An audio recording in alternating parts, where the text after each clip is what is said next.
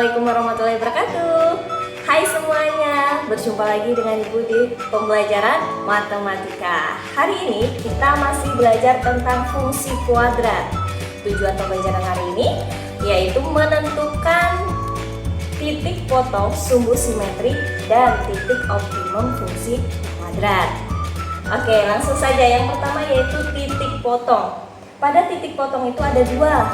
Yang pertama titik potong dengan sumbu X, yang kedua titik potong dengan sumbu Y. Jika memotong sumbu X, maka Fx sama dengan Y sama dengan 0. Lalu jika titik potongnya dengan sumbu Y, maka X-nya sama dengan 0.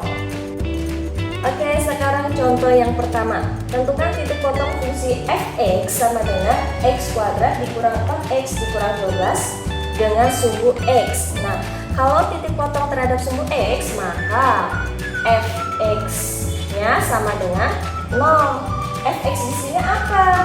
X kuadrat min 4x min 12 sama dengan 0. Langkah berikutnya, jika sama dengan 0 ada persamaan kuadrat, maka kita faktorkan seperti bab 2. A-nya berapa? 1, B-nya min 4, ya, C-nya min 12. Lalu kita kalikan A kali C. A-nya berapa? 1, C-nya negatif 12. Berapa? Negatif 12. Lalu faktor dari negatif 12 itu berapa? Kalau dijumlahkan hasilnya min 4. Berapa?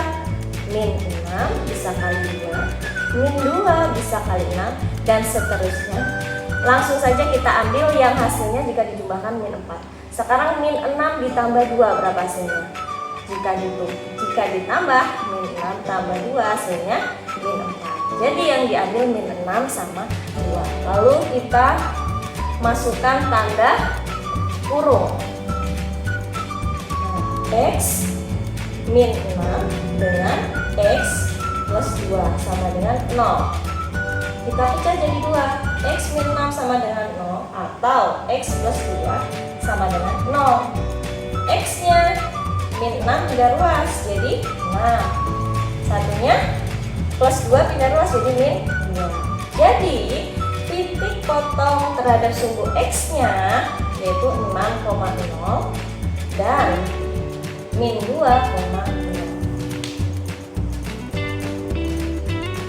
Sekarang contoh yang kedua, tentukan titik potong fungsi fx sama dengan x kuadrat min 5x min 14 dengan sumbu y.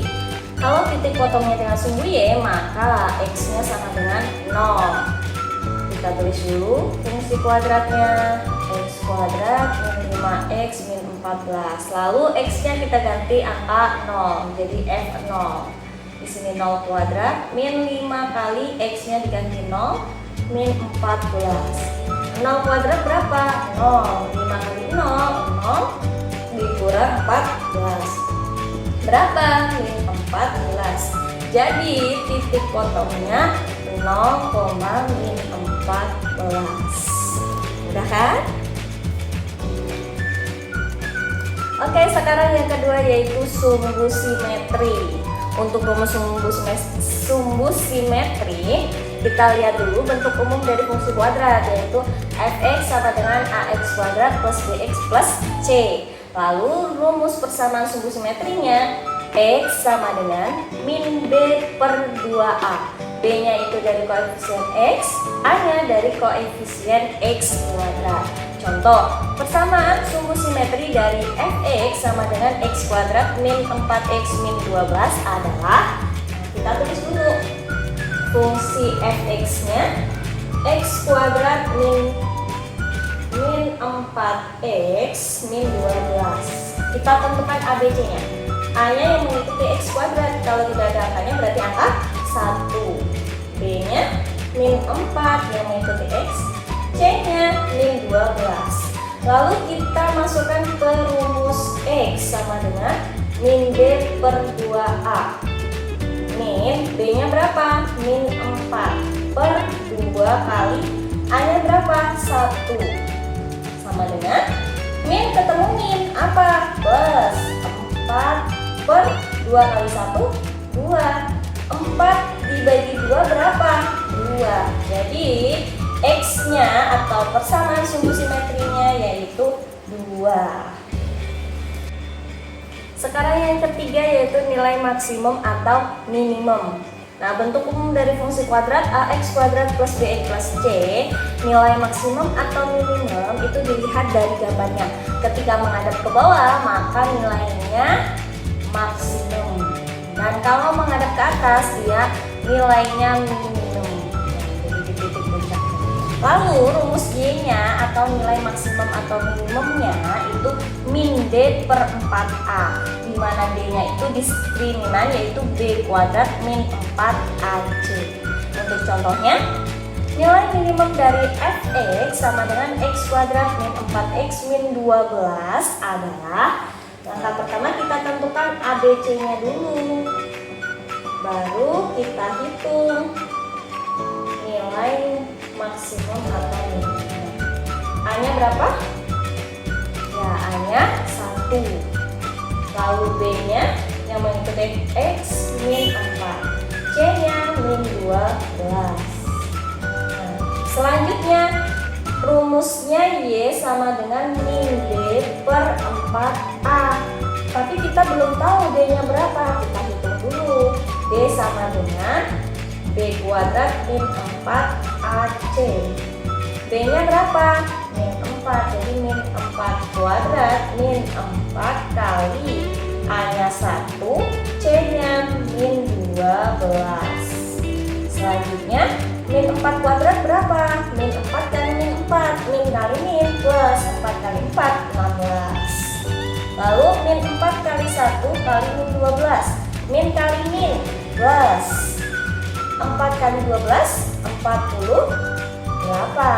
Nah, 16 ditambah 48 berapa?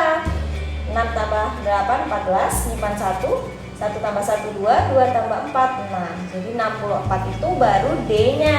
Lalu kita masukkan ke rumus Y-nya atau nilai maksimum atau minimumnya. D-nya berapa? 64, jadi min-nya kita tulis lagi min. D-nya 64 per 4, A-nya berapa? 1. Nah, sekarang min dibagi plus min, 64 dibagi 4, 16. Jadi nilai maksimum, kalau dia negatif berarti minimum. Nilai minimumnya berapa? Negatif 16. Sekarang yang terakhir yaitu titik optimum atau puncak. Titik optimum atau puncak ini gabungan dari rumus sumbu simetri dengan nilai maksimum atau minimum. Jadi X-nya itu punyanya sumbu simetri, Y-nya punyanya nilai maksimum atau minimum. Jadi gabungan. Lalu contohnya, tentukan titik puncak dari fx sama dengan x kuadrat plus 2x min 15. Langsung saja kita tentukan ABC-nya. A itu yang mengikuti x kuadrat, angka 1, B-nya 2, C-nya min 15. Kita cari dulu yang X. Min B per 2A. B-nya berapa? 2. Min-nya ditulis lagi, B-nya diganti angka 2 per 2 kali A-nya 1. Min bagi plus min, 2 kali 1 2 bagi 2 1. Karena X-nya sudah ketemu min 1, sekarang kita cari Y-nya. Y-nya tadi min D per 4A. Kita cari D-nya dulu. Nah, D-nya sama dengan B kuadrat min 4AC. B-nya berapa? 2 kuadrat min 4 kali A-nya 1, C-nya min 15. 2 kuadrat berapa? 4. Min 4 kali 1 kali min 15. Min kali min plus 4 kali 15, 60. 4 ditambah 60 berapa? 64. Selanjutnya kita cari Y-nya. Y min D per 4A. D-nya 64, min-nya tetap tulis D diganti angka 64. A-nya 4 kali 1.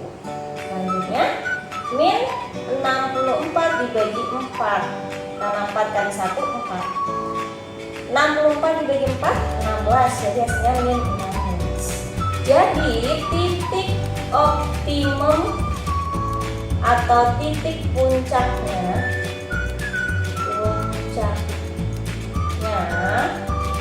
yaitu X-nya min 1, Y-nya min 16. Mungkin itu saja yang dapat Ibu sampaikan. Kalau misalkan ada pertanyaan, bisa langsung WA Ibu.